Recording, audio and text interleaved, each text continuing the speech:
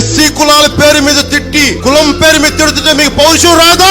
నాకు వచ్చింది పౌరుషం, నాకు ఆవేదన వచ్చింది, నాకు కోపం వచ్చింది, మీకు రాదా?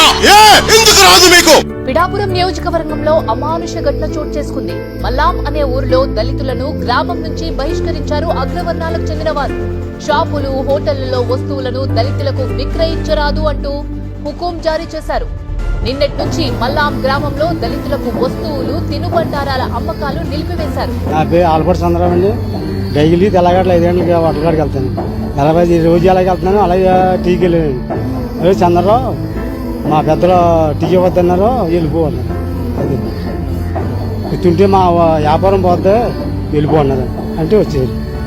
రోజులోనే ప్రతి రాత్రి పావులకి వెళ్ళాను. పావులకి వెళ్తే నాడు 9:20 పావులు రావద్దన్నాడు అని. ఎందుకంటే పావులు వేయొద్దన్నారు మనోడు. సర్లే అతను ఖాతా కదనదని ఈరోజు చేసి వెళ్ళిపోతానంటే ఆ అమౌంట్ క్లోజ్ చేసి నన్ను పంపేయాడు. బయటకు వచ్చి పాలు వేసి వెళ్ళిపోమన్నాడు.